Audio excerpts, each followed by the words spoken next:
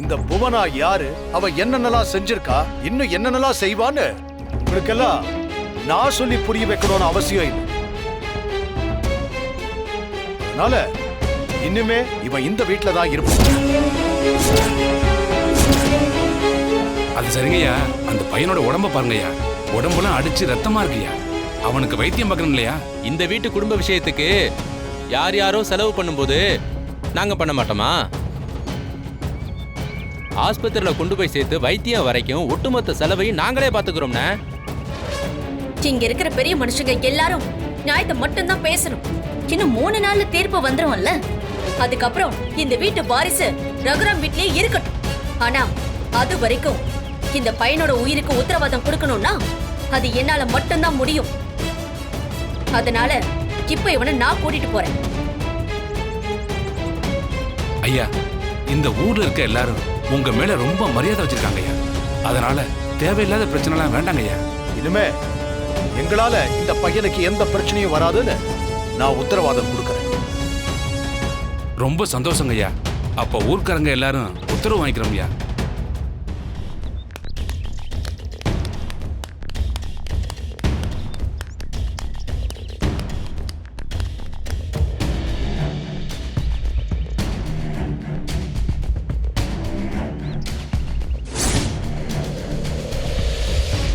பயப்படாத ஜீவா, நாங்க இருக்கோம்ல.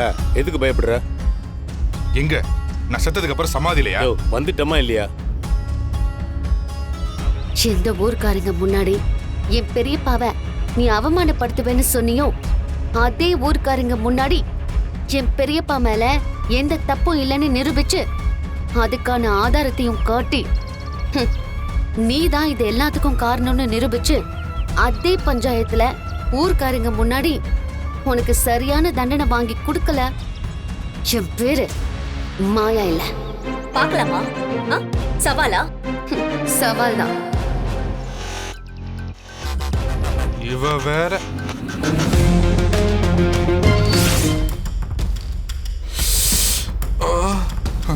டேய், ஊரை நம்பவை சொல்லி அனுப்புனா அந்த ரகுராம் கிட்ட அடி வாங்கிட்டு வந்து நிக்கிற. டேய் எந்திரா. மேடம், நான் என்ன பண்றது? நீங்க தான் செவனேன்றத என்கிட்ட வந்து ஊருக்குள்ள போய் எல்லாரும் நம்ப விடான்னு அனுப்பி வச்சீங்க. அதை நம்பி நாங்க போனா அந்த ஆளு சாட்டையை வச்சு இப்படி அடிப்பான்னு எனக்கு எப்படி தெரியும்? சரி, அதான் நடந்து போச்சுல, விடு. 4 அடி தானே வாங்கியிருக்கேன், செத்தா போயிட்டு பாத்துக்கலாம். இன்னும் முழுசா 2 நாள் தான் இருக்கு. அதுக்குள்ள பஞ்சாயத்துல எப்படி ஜெயிக்கணுங்கிறத மட்டும் தான் யோசிக்கணும். மேடம், நீங்க சொல்றதெல்லாம் கரெக்ட் தான். ஆனா இன்னொரு வாட்டி இப்படி எல்லாம் நடந்துச்சுன்னா நடக்காது, நடக்கவும் விட மாட்டேன். அதுக்கு நாம வேற ஏதாவது பண்ணணும். அத நீங்களே சொல்லுங்க, என்ன பண்ணலாம்? பேசாம நம்ம அந்த மாயாவை கடத்திடலாம். டேய் சீனு, எதுக்காகடா இந்த மாதிரி முடிவெல்லாம் எடுக்கிற? அவ உன்கிட்ட அவ பிளான சொல்லணும். அவ உன்கிட்ட பேசினாதானே அவளுடைய பிளான் என்னன்னு எங்களுக்கு தெரியும். அப்பதானே நான் ஜெயிச்சு மாயாவுக்கு தோல்விய பரிசா கொடுக்க முடியும். உன்னை நம்பி நாங்க இருந்தா நீ என்னடானா இவளை சொல்ல வேண்டான்னு சொல்ற?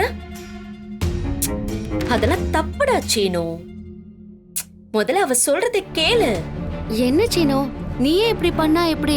நான் சொல்றது கேளு. நீ பாரு மாயா, நீ சொல்ற எதையுமே நான் கேட்க கூடாதுங்கிறதுக்காக தான் இந்த இயர்போனை வாங்கி வச்சிருக்கேன். இப்போ இதை நான் காதுல மாட்டிக்கிறேன்.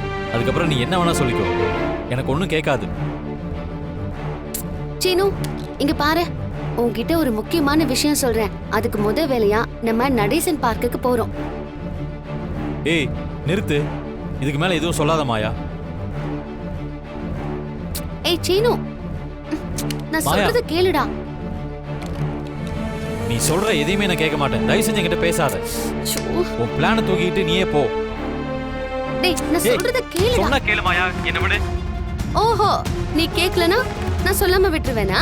இப்ப என்ன, நீ காதால கேட்க மாட்ட அப்படிதானே? இப்ப என்ன பண்றேன்னு பாரு.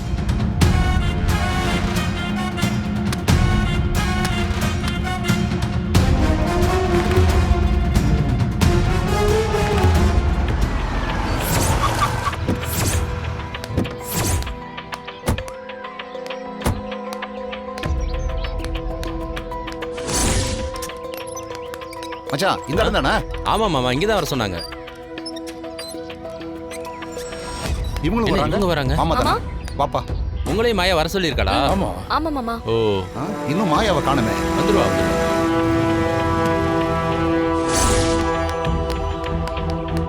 நேரம் ஆயிட்டே இருக்கு சொன்னா மச்சான். டயத்துக்கு வந்துருவாளே. வந்துட்டாங்க. ஆ, வா மாயா.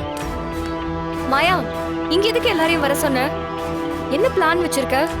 உன்னோட பிளான் எல்லாம் எப்படியோ அந்த புவனாவுக்கு தெரிஞ்சு போயிருது.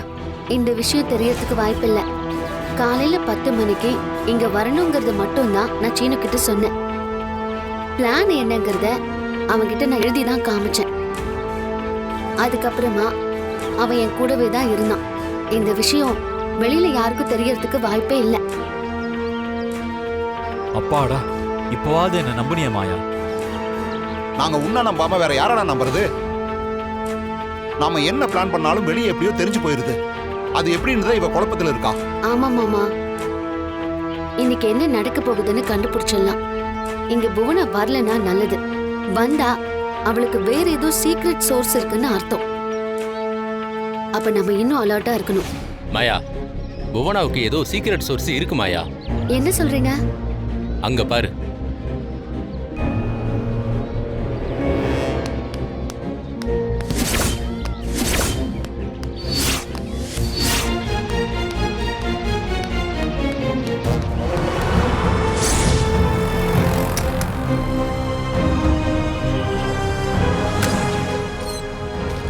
சேட்டு, யார் அவன் திருட்டு மொழியா முடிக்கிறான்? என்னப்பா வேணும்? நகை அடமானம் வைக்கணும். என்ன நகை? இந்தாங்க.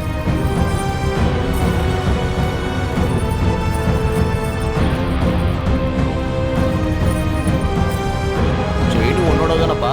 என்னோட தான் சேட்டு. ஏன் அப்படி கேட்குறீங்க? ஓ, மொழியா சரியில்லையே. வீட்டில் கொஞ்சம் பிரச்சனை சேட்டு, அதான் அம்மா நகை எடுத்துகிட்டு வந்தேன். சந்தேகப்படுறீங்க? நகை கொடுங்க சேட்டு, நான் வேறு கடைக்கு போகிறேன். அவசரப்படாத இருப்பா. நாளை பின்ன எந்த பிரச்சனையும் வந்துடக்கூடாதுல்ல, அதான் நான் எச்சரிக்கையா இருக்கேன். இருப்பா, எடை போட்டு பா. சரிங்க சேட்டு. 1 லட்ச ரூபா வருதுக்கு. ஓகே சேட்டு. இரு, பில்லை போட்டு வரேன். ம்.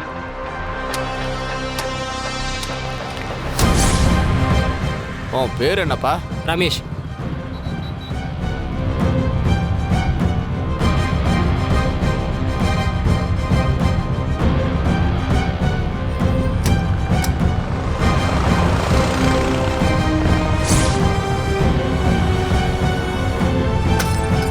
டேய், நீ தானே ஸ்டுடியோல என் நகையை திருடி அண்ணே, அது நான் இல்லைண்ணே.